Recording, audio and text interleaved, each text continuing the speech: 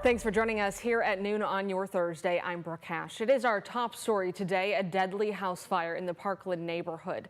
Louisville Fire told us one person died at the scene, but they were able to rescue 2 others. Our Ian Hardwitt and chief photojournalist Philip Merle are at the scene where you can see the damage that this fire has caused well beyond that one home. Ian, this was a hard fire to contain.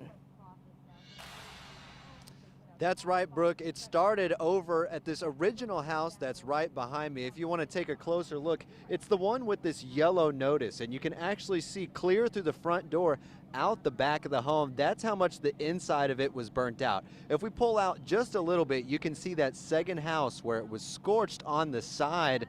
That displaced a family of 4. Now, the original home that caught on fire, it was boarded up. That original home that caught on fire, however, was considered abandoned, so those people who were living inside of it didn't actually own that place. The family next door, however, they were renting it out. Now, if you want to take a look at this scene up above from the WHAS11 drone, you'll be able to get a sense of just how big this was. 2 homes totally scorched. The fire started shortly before 7 a.m. Louisville Fire was on scene within 6 minutes of receiving the emergency call.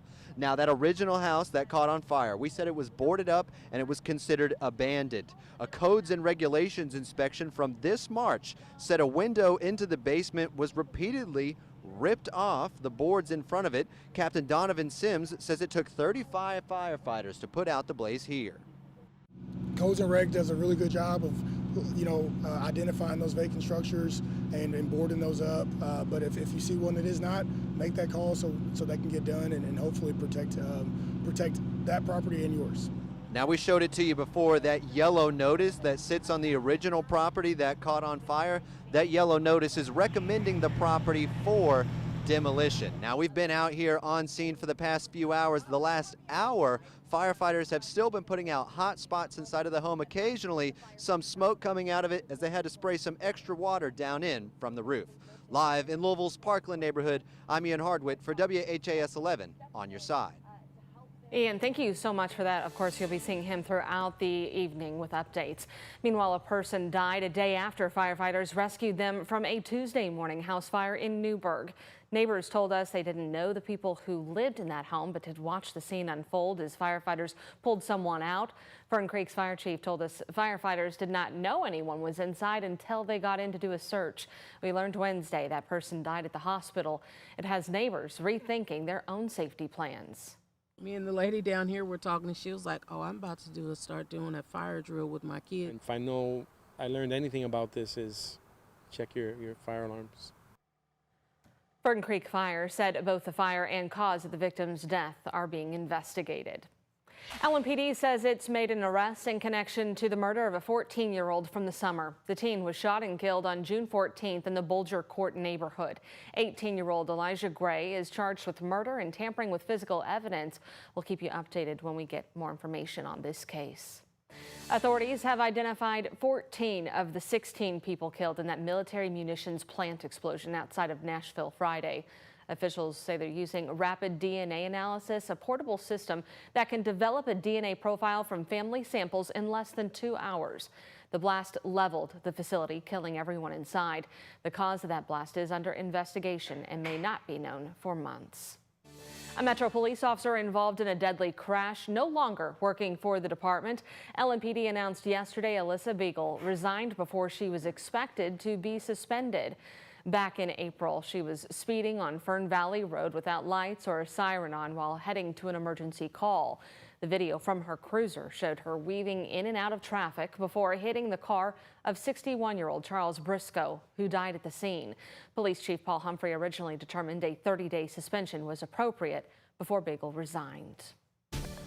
12:03 on your Thursday, and looking ahead to a weather impact alert day for your weekend. But today, Matthew, pretty good looking. Yeah, overall pretty good looking fall day out there. We saw the clouds earlier. We're finally getting rid of them as we head towards today, but some clouds are going to move back in for your Saturday night for our weather impact alert day for Saturday evening back into the overnight hours. So those impacts that we're going to see are some strong storms possibly, and some gusty winds and even some heavy rain associated with this. So that severe outlook for you, where we're seeing a likely the area where we could likely see some severe storms, but it is a smaller risk as of right now. 1 out of 5 for areas really just split down the middle of Kentuckiana into places like Bedford, Paoli, down to English, Jasper, and into Kentucky, Hardinsburg, and Brandenburg, including it into that area of severe risk. Overall, though, yeah, we did finally get rid of the clouds. We got some nice, beautiful blue skies out there for you this afternoon. Current temperatures only into the mid to upper 60s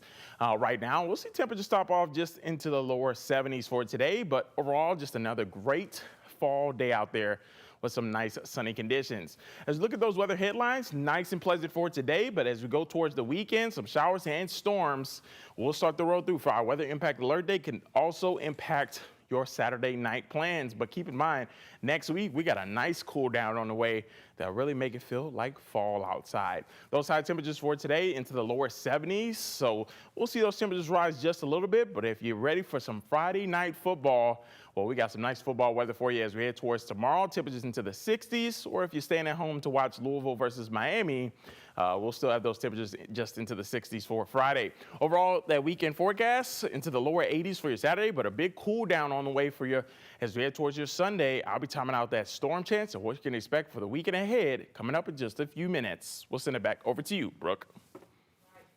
Matthew, thank you. Today, Mayor Craig Greenberg nominated Louisville's Inspector General Ed Harness for a new 4-year term. He is a part of an independent agency that investigates complaints against and reviews the practices and policies of LMPD. Harness has served in the role since 2021, establishing that role after the office was created in 2020. Greenberg said it's been a key office for the community since the DOJ dropped Louisville's consent decree earlier this year. A community is a group of people bound by a common purpose. Our purpose is a safe and prosperous Louisville. Constitutional policing creates a safer Louisville. I pledge every day to work toward a safer Louisville for all. While the mayor can reappoint Harness for another term, it'll still need to be approved by the Louisville Metro Council. The same person can serve in that role for up to 3 terms. And now to the change of school boundaries in eastern Jefferson County. JCPS will hold 2 community informational sessions regarding proposed boundary adjustments impacting Echo Trail Middle School students and staff. The district wants to redirect some students who reside in the current Echo Trail neighborhoods to Crosby Middle due to overcrowding that is not expected to get any better. But many parents are not happy about this. The sessions will take place on Monday and Tuesday of next week from 6 to 7 at Eastern High School. Monday's event will be live streamed on the JCPS YouTube channel. If you're driving out today, you'll want to double check signals on some downtown Louisville streets. Some of them now have stop signs and blinking red lights instead of the usual traffic signals.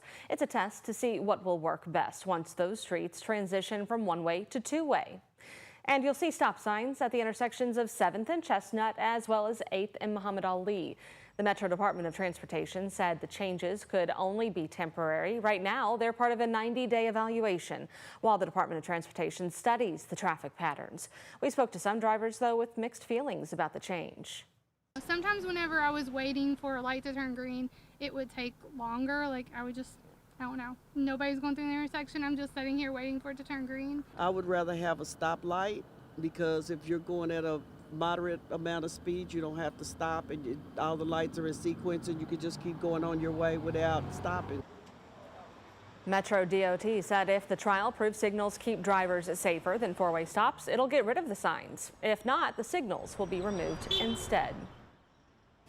Well, you may have noticed there's now only 1 right turn lane coming off the Clark Memorial Bridge. Previously, there were 2. Last month, the Kentucky Transportation Cabinet consolidated them to expand the sidewalk near the Yum Center, and it's causing quite a few headaches for residents. In an effort to expand pedestrian access around the Yum Center, one of the 2 right lanes off the bridge onto Main Street was removed. The president of the nonprofit Streets for Louisville celebrates the change, calling the area a car sewer. The wide turn lanes led to poor visibility for drivers, becoming a danger for those on foot crossing the street. But for people like Chef Audrey Reyes working at the Yum Center, it has created even more headaches. She said her commute time and stress levels have tripled since construction began. A lot worse because that holds up the traffic when you get to the bottom where you usually turn at. They open it up a little bit, but it's still backed up. I have to leave my house an hour early to get to work on time. when usually it used to take me 13, 15 minutes. The construction on the turning lane is set to end by the spring of next year, but the Main Remade project will remain ongoing. The two-way conversion of Main will also continue into next year with plans to build new bike lanes, make signal improvements, and enhance crosswalks.